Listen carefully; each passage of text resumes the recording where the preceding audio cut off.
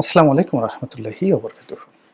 সম্মানিত দর্শক, সজীব ওয়াজেদ জয় এখন বাংলাদেশের রাজনীতিতে আলোচিত একটি নাম।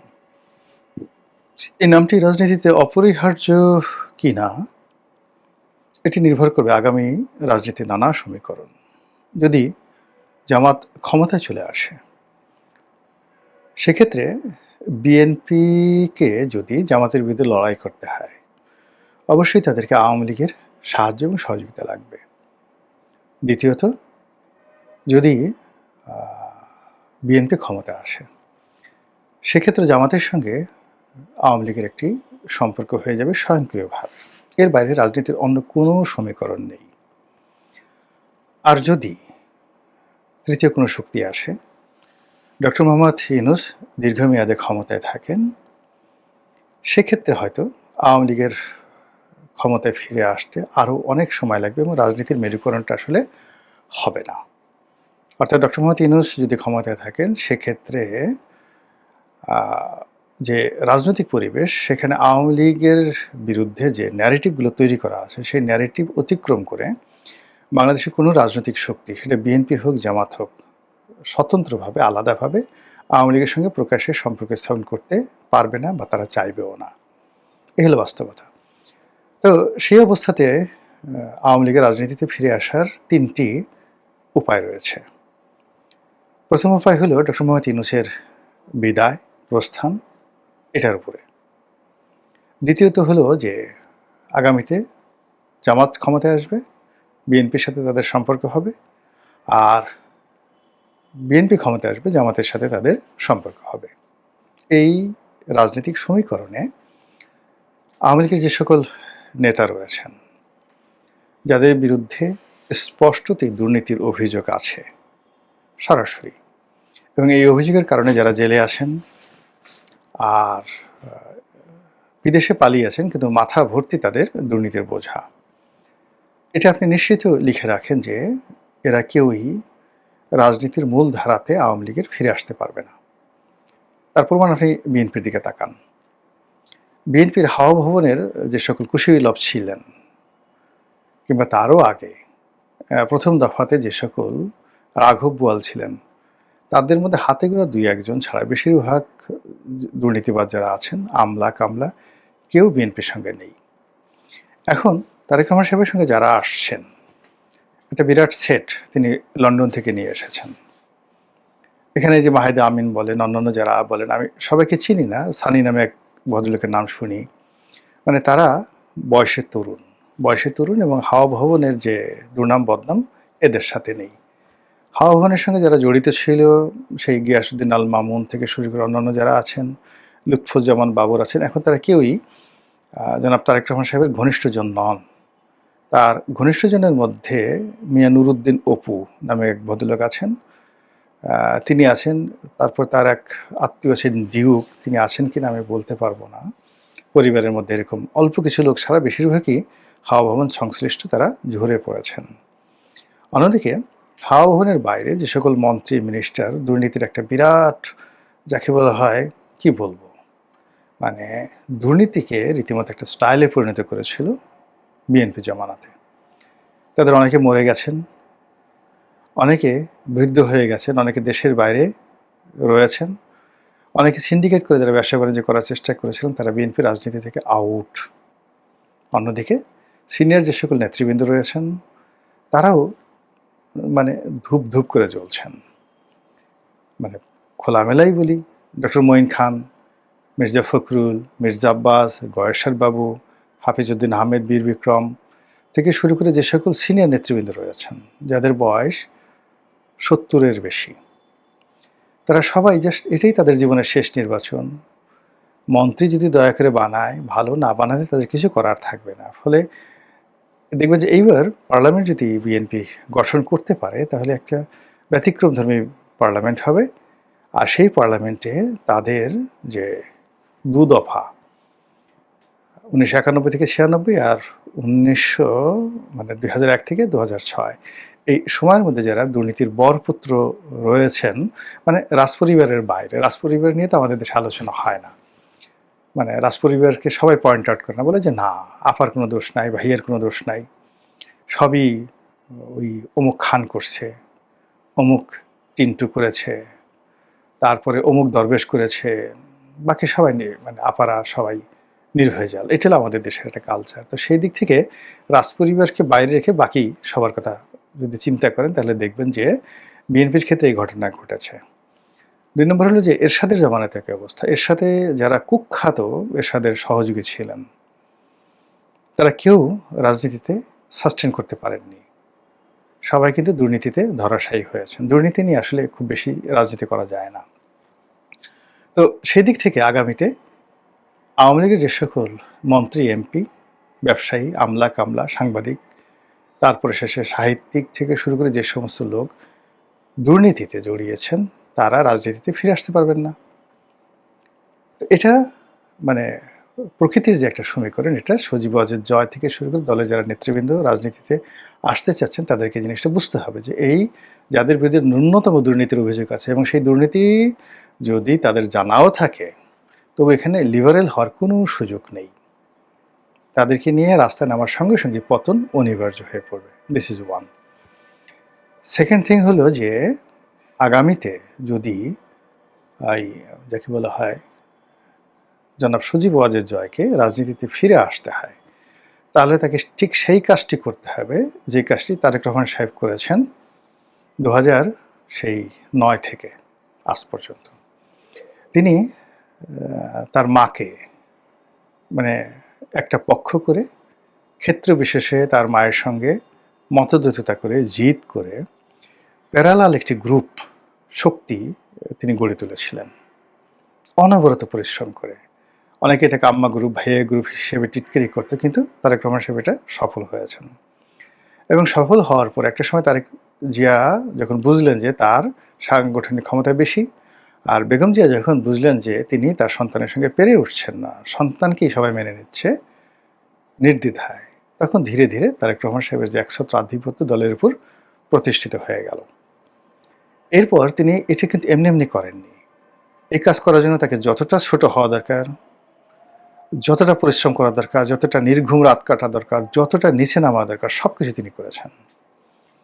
দিন নাই রাত নেই, ধরুন বাংলাদেশের সময় লন্ডনে থেকে বাংলাদেশের সময় ভোর 5টায় কাউকে ফোন দিলেন, রাত্রি 3টার সময় কাউকে ফোন দিলেন, তার সাথে ঘন্টার পর ঘন্টা আলাপ করলেন। অর্থাৎ এই সময়টিতে তারেক রহমান সাহেব অন্তত 1 লাখ বিএনপির নেতাকর্মী, তাদের সঙ্গে তার নিয়মিত একটা ডাটাবেজে সম্পর্ক গড়ে উঠেছে। তিনি হয়তো এই 1 লাখ লোকের ডাটাবেজ নিজে সংগ্রহ করেছেন, তাদের ফোন নম্বর, চেহারা, সুরত, নাম, মোবাইল নম্বর। তার মধ্যে হয়তো 500-600 তার নাম মুখস্থ আছে, নট মোর দ্যান দ্যাট, এর বেশি সম্ভব না। আর বাকিগুলো সে ডাটার মধ্যে রেখেছে। এখন ধরুন কুড়িগ্রামের উলিপুর বা কোনো একটা ইউনিয়নে তিনি কথা বলবেন, তো ওই তার ডাটা বলে দিচ্ছে যে ওই ইউনিয়নে তিনি 7 দিন আগে অমুক ফজলের সাথে কথা বলেছেন, সফটওয়্যার তাকে বলে দিচ্ছে। এরপর তিনি যখন 7 দিন পরে সেই ফজলকে দ্বিতীয় দফায় ফোন করলেন, হাই ফজল, তুমি কেমন আছো, তোমার ছেলে কেমন আছে, মেয়ে আছে। ফজল তো মহা খুশি। তো এই কাজগুলো করার জন্য তার একটা সেক্রেটারিয়েট ছিল, তার যোগ্যতম লোক ছিল এবং তার একটা অ্যাপ ছিল এবং এখনো আছে। তো এইভাবে কি হলো, তৃণমূলে কাজ করতে, কথা বলতে বলতে তিনি ভাষা শিখেছেন, বাংলা ভাষায় অবিরত কথা বলতে শিখেছেন। আপনি যদি 2001 থেকে 2005 সনে তারেক রহমান সাহেবের বক্তব্য শুনেন, দেখবেন যে তিনি কথা বলাতে সাবলীল ছিলেন না, গুছিয়ে কথা বলতে পারতেন না। কিন্তু এবার আপনি দেখেন রাজনৈতিক মঞ্চে আমরা তাকে নিয়ে ঠাট্টা মশকরা করেছি, তিনি স্কাইপেতে কথাবার্তা বলেছেন গতানুগতিক, কিন্তু এখানে তিনি যে মঞ্চে উঠে কথাবার্তা বলছেন সেই কথা মানে অবিরতভাবে তিনি বাংলায় বলে যাচ্ছেন। এবং বাঙালির কৃষ্টি কালচার, বাঙালি যেখানে গুঁতো দিতে পছন্দ করে, মশকারা শুনতে পছন্দ করে, মশকারা করতে পছন্দ করে, এই জিনিসগুলো তিনি করে যাচ্ছেন, অবিরতভাবে করে যাচ্ছেন। তো সেই দিক থেকে জয়কে যদি বাংলাদেশের রাজনীতিতে আসতে হয়, তাকেও তার এই তৃণমূলের সঙ্গে, তারেক সাহেব যদি 1 লাখ লোকের সঙ্গে সম্পর্ক করতে পারেন, তবে জয়কে করতে হবে মিনিমাম 2 লাখ। এর কারণ হলো তার সংগঠন বড় এবং সংগঠনের মধ্যে তিনি যে চাইবেন প্রত্যেকটা মানুষই তাকে পেতে হবে। তার অন্ততপক্ষে 10 থেকে 12টি সেই মোবাইল নম্বর থাকতে হবে। সেই 10 থেকে 12টি নম্বর মানে যখনই ফোন করুক না কেন নেতাকর্মীরা, তাকে যদি না পায়, কথা বলতে না পারে, তাহলে এই তার চেষ্টা। তিনি যখন এসে ফোন করলেন, পরে আর তাকে পাওয়া গেল না। এটা হবে না। এটা কক্ষনো হবে না। তাকে অবিরতভাবে তিনি কথা বলবেন এবং তাকে পেতে হবে। আর এই যে পাওয়ার ক্ষেত্রে তাকে যে কৌশল অবলম্বন করতে হবে, সেই কৌশলগুলো নিঃসন্দেহে আইটি স্পেশালিস্ট হিসেবে তার জানার কথা। এই হলো এক। ২ নম্বর হলো যে তারেক রহমান সাহেব যেটা ছিলেন নন ফরমাল। তো ইনফরমাল বা নন ফরমাল, এবং এখনও তিনি ক্যাজুয়াল ড্রেসে চলাফেরা করছেন। জয়ের জন্য এটা প্রযোজ্য হবে না। জয়ের জন্য এটা প্রযোজ্য হবে না। জয় এখানে ক্যাজুয়াল হতে গেলেই তাকে ভালো লাগবে না। তার যে বডি কনস্ট্রাকশন, সে যেভাবে লম্বা, তিনি যদি একটা লুঙ্গি পরে একটু ঘোরাফেরা করেন, গেঞ্জি পরেন, হাফ গেঞ্জি পরেন, তারপরে শেষে মুখে কতগুলো ক্রিম মেখে, মানে ক্যাজুয়ালভাবে হবে না। তাকে সবসময়ই শশী থারুরের মতো স্টাইলিশ হতে হবে। সেই স্টাইলিশ হতে গিয়ে আমি দেখলাম যে তার যে ভিডিওগুলো, একটা ভিডিও কেবলমাত্র তিনি যে আল জাজিরের সঙ্গে সাক্ষাৎকার দিয়েছেন এই যাবৎকালে, সেই একটি সাক্ষাৎকারে তার বসার style, hair style, dress code okay ছিল। আর কোনোটাতেই তার বসার স্টাইল ঠিক ছিল না। যেমন ধরুন এই যে আমি এখন ভিডিও করছি, তো আমি একসময় ভিডিও করতাম আমার যে একটা এক্সিকিউটিভ চেয়ার আছে সেটায় বসে পেছনের সাইডটা দিয়ে। তো বিরাট একটা চেয়ারের মধ্যে মানুষটিকে খুব ছোট মনে হচ্ছে, দেখতে কিন্তু ভালো লাগতো না, অনেকে বলেছে। কিন্তু পরে আমি দেখলাম যে না, একটা স্বাভাবিক চেয়ারে বসে আমার মুখোশ ছবি, মানে আমাকে প্রদর্শন করতে হবে, এখানে অন্য কোনো কিছু নয়। তো আমার যতটুকু চেহারা রয়েছে, সুরত রয়েছে, ড্রেস কোড রয়েছে, আমি যা, এটাকেই প্রদর্শন করতে হবে। কিন্তু সজীব ওয়াজেদ জয় যেটি করেছেন, তিনি যে কয়বারই মানে মিডিয়ার সামনে এসেছেন, তো তার যে ব্যাকগ্রাউন্ড, তার অফিস, তার একটা বড় চেয়ার, এটি আসলে তাকে মানায়নি। ২ নম্বর হলো যে ক্যামেরার দিকে কীভাবে তাকে কথা বলতে হবে, এটাও তাকে রপ্ত করতে হবে। তার আই কন্ট্যাক্ট এবং তার মানে এই যে দেখা গেল যে ফ্রন্ট ক্যামেরা দিয়ে যদি আপনি মানে কোনো একটা কাজ করতে চান, এখানে তার প্রফেশনাল ক্যামেরা লাগবে, প্রফেশনাল ক্যামেরাম্যান লাগবে, যেখানে সাক্ষাৎকারগুলো মানে বোঝা দেবে ফুল টাইম। এখানে তাকে একজন ফুল টাইম ক্যামেরাম্যান লাগবে, এবং পৃথিবীর সবচেয়ে সুন্দরতম ক্যামেরা, মোবাইল দেওয়া হবে না, ভালো ক্যামেরা, ভিডিও ক্যামেরা দিয়ে তাকে এই জিনিসগুলো শ্যুট করতে হবে, এবং যেখানে ব্যাকগ্রাউন্ড থেকে শুরু করে সব জায়গাতেই যে কোনো জিনিস চাইতে তাকে মনে হবে। এবং এই যে ক্যামেরা যখন সেট আপ করবেন, ক্যামেরা সেট আপ করতে গিয়ে দেখা গেল যে ক্যামেরার বিভিন্ন অ্যাঙ্গেল রয়েছে। এখন আমার ক্যামেরাটা যদি আমি থুতনির দিকে, আমার সেই থুতনির দিকে ফোকাস করি, তাহলে উপরের অংশটি ত্রিভুজের মতো হয়ে যাবে, মানে মুখমণ্ডল ত্রিভুজের মতো হয়ে যাবে। আর যদি আমি আমার ক্যামেরার যে ফোকাসটা আমার কপালের দিকে হয়, মোবাইল দিয়ে করি, তাহলে দেখা যাচ্ছে যে খুব হাই রেজুলেশন না থাকলে নিচের অংশটি বেলুনের মতো ফুলে যাবে, এবং এটা এনলার্জ করা থেকে শুরু করে এই সকল ভিডিও বিকৃত করা সম্ভব। এই জন্য ক্যামেরার রেজুলেশন থেকে শুরু করে ফটোগ্রাফি যারা জানে বুঝে, এরকম ফটোগ্রাফি তাকে করতে হবে, এবং সবসময় ওয়েল ড্রেসে, ফুটবাবু হয়ে। আদারওয়াইজ মানে তার যে অতীতের কর্মকাণ্ড, যেমন তিনি ভালো বাংলা এখনও বলতে পারেন না, ইংরেজি বলতে পারেন, কিন্তু ইংরেজিকে টু দি পয়েন্টিভ করার জন্য, পলিটিক্যাল করার জন্য তাকে নিয়মিত ক্লাস করতে হবে। যেমন দুজন মানুষ এই পলিটিক্যাল ক্লাস করে পৃথিবীর শ্রেষ্ঠ বক্তা হয়েছেন। ১ নম্বরে রোনাল্ড রিগান, ২ নম্বর হলো মার্গারেট থ্যাচার। তো কাজে আমেরিকাতে তাকে এই যে বিষয়গুলো তিনি বলতে চান, সেই বিষয়গুলো বলার জন্যে তাকে যাকে বলা হয় পলিটিক্যাল ক্লাস করতে হবে। হাতে যেহেতু সময় আছে, বয়সও অল্প, বেশি বয়স হয়নি, আমার চেয়ে অন্তত পক্ষে তিনি ৫ বছরের ছোট। তো কাজেই তার সময় আছে। তিনি এই ১ বছর ২ বছর যদি এটা ধরেন একটা পলিটিক্যাল ক্লাসে তাকে যদি পারঙ্গমতা অর্জন করতে হয়, তাহলে কম করে হলেও তার ৪ থেকে ৫ বছরের অবিরত প্র্যাকটিস দরকার। আর বক্তব্য, যে কোনো বক্তব্য আকর্ষণীয় হয়ে ওঠে বক্তব্যের মধ্যে যদি আপনি হিউমার তৈরি করতে পারেন। হিউমার হলো মানুষের জ্ঞান গরিমার একেবারে এক্সট্রিম স্তর। পলিটিক্যাল লোকজন যারা আছে, যেমন উইনস্টন চার্চিল, তারপরে রোনাল্ড রিগান, এমনকি মার্গারেট থ্যাচার, এরপর নেলসন ম্যান্ডেলা, তারা সবাই পলিটিক্যাল যাকে বলা হয় ওরাটার হিসেবে, বক্তা হিসেবে, ইনক্লুডিং বিল ক্লিন্টন, অসাধারণ মানুষকে হাসানোর ক্ষমতা তাদের ছিল। বারাক ওবামারও। কেন? প্রচুর প্রচুর পড়াশোনা করেছেন। এমন কোনো জিনিস নেই তারা করেননি। ভালো সিনেমা দেখেছেন, কবিতা পড়েছেন, গল্প পড়েছেন, উপন্যাস পড়েছেন এবং ঝরঝরে মুখস্থ। ফলে একটি গুরুগম্ভীর বিষয়কে হালকা করে দেওয়ার জন্য তাদের ভাণ্ডারে শব্দ, ঘটনার কোনো অভাব নেই। ফলে তারা সফল হয়েছেন। রাজনীতিতে সিরিয়াস লোকজন বেশি একটা পছন্দ করে না। আওয়ামী লীগে ধরেন যারা বক্তব্য দিতেন তাদের মধ্যে বিখ্যাত লোক কারা? সবচেয়ে বিখ্যাত লোক যদি ধরেন সুরঞ্জিত সেনগুপ্ত, আব্দুস সামাদ আজাদ। আব্দুস সামাদ আজাদ, সুরঞ্জিত সেনগুপ্ত এই দুজন মানুষ কেন বিখ্যাত? তারা প্রচণ্ডভাবে মানুষকে হাসাতে পারতেন একান্ত কথাবার্তায়, আলাপ আলোচনায়। তো সজীব ওয়াজেদ জয়কেও প্রচুর পড়াশোনা করতে হবে। আমার কাছে মনে হচ্ছে যে তার বাংলা ভাষা, সাহিত্য, বাংলাদেশের রাজনীতি এই বিষয়ে যে পড়াশোনাগুলো আছে এগুলো আবার নতুন করে পড়া উচিত।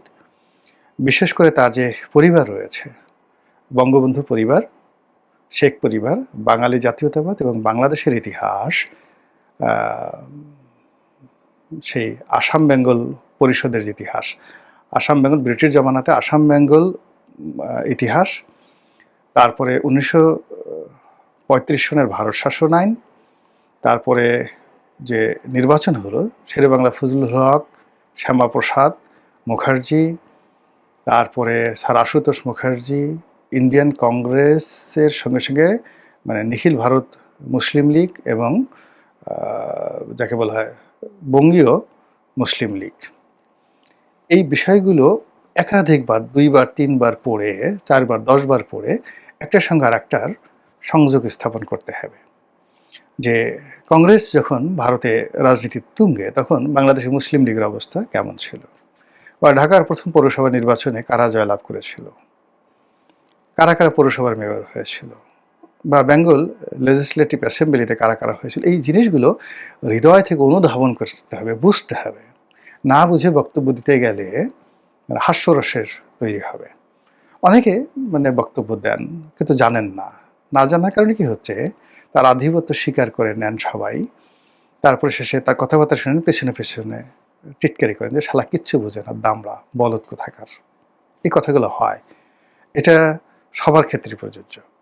যার জন্য হয় কি, যে বিষয়ে কথা বলতে হবে আর যে বিষয়ে রাজনীতি করতে হবে সেই বিষয়ে জ্ঞানের কোনো বিকল্প নাই। পৃথিবীর সব রাষ্ট্রনায়ক যারা আছেন তারা, তাদের প্রথম সম্পদ ছিল জ্ঞান, এরপর দ্বিতীয় সম্পদ ছিল পরিশ্রম, তৃতীয় মানে পরিশ্রম মানে মেহনত, তৃতীয় ছিল তাদের সোহবত, তাদের বন্ধু বান্ধব।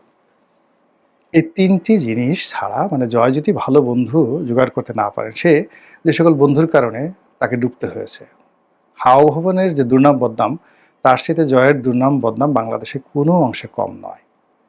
এটা জয়কে কান খোলা রেখে বুঝতে হবে। তার নামের সঙ্গে অন্তত 10 জন লোকের নাম যুক্ত হয়েছিল বাংলাদেশে। আনিসুল হক, সালমান এফ রহমান থেকে শুরু করে মন্ত্রিপরিষদের অনেকের নাম, সেখানে আরাফাত, পলক, এদের সবার নাম যুক্ত হয়েছিল। এখন এই নামগুলোর যে দুর্নাম, বদনাম, সুনাম সবই কিন্তু জয়কে কেন্দ্র করে।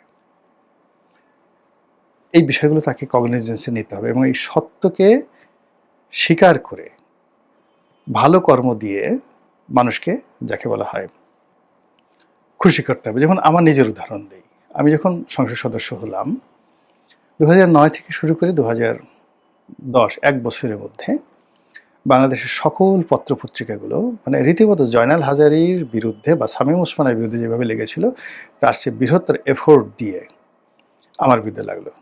পটুয়াখালীর ভাইয়া, ভাইয়া বাহিনী, এমন কোনো মন্দ কাজ নেই, মন্দ ন্যারেটিভ নেই যেটি 2009 থেকে 10 পর্যন্ত 1 বছরে বাংলাদেশের সবগুলো পত্রপত্রিকা আমার বিরুদ্ধে না করেছে। এরপরে দলের মধ্যে সবচেয়ে প্রভাবশালী যারা লোকজন রয়েছেন তারা শেখ হাসিনার কান সবসময় ভারী করেছেন। তো এই যে ন্যারেটিভগুলো, নেতিবাচক যে বিষয়গুলো, আমি একটাও ডিফেন্ড করার চেষ্টা করিনি। ডিফেন্ড করার চেষ্টা না করে আমি এমন কিছু কাজকর্ম করেছি, এমন কিছু কথা বলেছি, এমন কাজ করেছি নির্বাচনী এলাকাতে, ঢাকাতে, মিডিয়াতে, ব্যক্তিগত জীবনে, যেখানে অনেস্টি, তার সঙ্গে সঙ্গে পরিশ্রম, মেহনত, তার সঙ্গে সঙ্গে সদিচ্ছা, তার সঙ্গে সঙ্গে কৌশল এবং একটা গুড ডিডস, এই জিনিসগুলো থেকেছে। ফলে কি হলো, প্রতিপক্ষ বারবার চেষ্টা করেছে বিভিন্নভাবে অপদস্থ করার জন্য বিভিন্ন ন্যারেটিভ তৈরি করার চেষ্টা করেছে। কিন্তু আল্টিমেটলি ওইগুলো ডিফেন্ড করার জন্য বা এগুলো মাথায় নিয়ে আমি না ঘুরে আমি আমার ভিতরে যে ভালো কাজগুলো করেছি এবং প্রতিপক্ষ যারা আমার বদনাম করেছে তাদের যে জিনিসগুলো নেই সেই জিনিসগুলো আমি নিজের মধ্যে মানে ঢুকিয়ে তারপরে সেগুলো আমার প্রতিপক্ষের উপর বোঝা হিসেবে চাপিয়ে দিয়েছি। ফলে কি হলো দেখুন ২০০৯ থেকে আজ পর্যন্ত আমি তো আছি আপনাদের সঙ্গে। লোকজন আমার কথা শুনছে, আমি লোকজনের কথা শুনছি, রাস্তায় একা একা চলতে পারছি এবং এই যে আম জাতীয় রাজনীতিতে ২০০১ থেকে আজ পর্যন্ত প্রায় ২৬ বছরের অংশগ্রহণ, জাতীয় আলাপ আলোচনার ক্ষেত্রে ২০০৯ থেকে আজ পর্যন্ত ১৭-১৮ বছরের অবিরতভাবে যে মিডিয়ার যে একেবারে শীর্ষে থাকা, খুঁজে দেখেন বাংলাদেশে দ্বিতীয় কোনো ব্যক্তি পাবেন না। এই সময়ের মধ্যে সিনেমাতে অনেক নায়ক আসছে। আমরা যখন ২০০৯ সনে এই মিডিয়াতে মানে রীতিমতো হিরো হয়ে গেলাম কয়েকজন পলিটিক্যালি। আমাদের যে রেটিংটা এটা মানে এখন তখনও মোশাররফ করিম আসেননি। সাকিব আল হাসান তখনও ক্রিকেটে মানে নাম করেননি ২০০৯ সনে। সাধারণ একজন ক্রিকেটার। মানে ক্রিকেট কন্ট্রোল বোর্ডের সভাপতি মুস্তফা কামালের পা ধরে বসে থাকতেন সারাক্ষণ এবং সেই ছবি প্রকাশ্যে আসছে সাকিব আল হাসান। তারপরে সাকিব খান নায়ক, তখনও নায়ক ঠিক মতো হননি। মঞ্চে ২০০৯ সনে সে এত ব্যস্ততা নেই, বিভিন্ন জায়গাতে ভাড়ায় গিয়ে মঞ্চে নাচানাচি করতেন। তো ওই সময়তে যারা নায়ক ছিলেন, নায়িকা ছিলেন, কেউ নেই এখন আর, নো ওয়ান। আবার এখন দেখেন যে এর মধ্যে মোশাররফ করিম, সাকিব আল হাসান থেকে শুরু করে তারা ভাটার টানে চলে গেছেন। মানে জনপ্রিয়তা এবং যাকে বলা হয় মিডিয়ার যে কভারেজ, এটা খুব অল্প সময়, ৪-৫ বছরের বেশি থাকে না যে কোনো মানুষের জন্য, রাজনীতি বলেন, সব ব্যাপারে বলেন। তো সেক্ষেত্রে বৃদ্ধ বয়সে যখন মানুষ বড় হয়ে যায়, এই মিডিয়ার লাইমলাইটে থাকার জন্য সবচেয়ে বেশি দরকার হলো জ্ঞান, সততা, সাহস এবং নির্লোভ একটি অভিব্যক্তি। সেই জিনিসগুলো যদি জয় অর্জন করতে পারেন এবং তিনি বলতে পারেন যে কেন অর্জন করতে হবে, তার নাই এই জিনিসগুলো এখন পর্যন্ত তার সেই জিনিসগুলো ভিতরে ঢুকেনি। এই জিনিসগুলো তাকে অর্জন করতে হবে, আর অর্জন করতে পারলে নিরহংকার একটা মন লাগবে। তাকে মনে করতে হবে আমার কিচ্ছু নেই, শুধুমাত্র আমার একটা বংশ পরিচয় আছে। It's a liabilities at this moment. এই মুহূর্তে তার যে বংশ পরিচয়, শেখ হাসিনার পুত্র, এটা একটা সূত্র পরিচয়ের জন্য, কিন্তু এটা অ্যাসেট নয়, লায়াবিলিটিস। এই লায়াবিলিটিসটিকে তিনি অ্যাসেটে যদি পরিবর্তন করতে চান, তাকে যা যা বললাম সেই কাজগুলো করতে হবে। আর তাহলে তিনি তারেক রহমান সাহেবের চাইতেও অনেক অনেক সুন্দরভাবে সম্মানিত পন্থায় বাংলাদেশকে তোলপাড় করে, দুনিয়াকে তোলপাড় করে তিনি বাংলাদেশে ফেরত আসতে পারবেন। আদারওয়াইজ ওই যে তিনি গেছেন জানাকুম, সেই জানাকুমই তাকে মালাকুল মৌতের দরজা পর্যন্ত পৌঁছে দেবে। আল্লাহ ভালো জানেন। আসসালামু আলাইকুম রহমতুল্লাহি ওয়া বারাকাতুহু।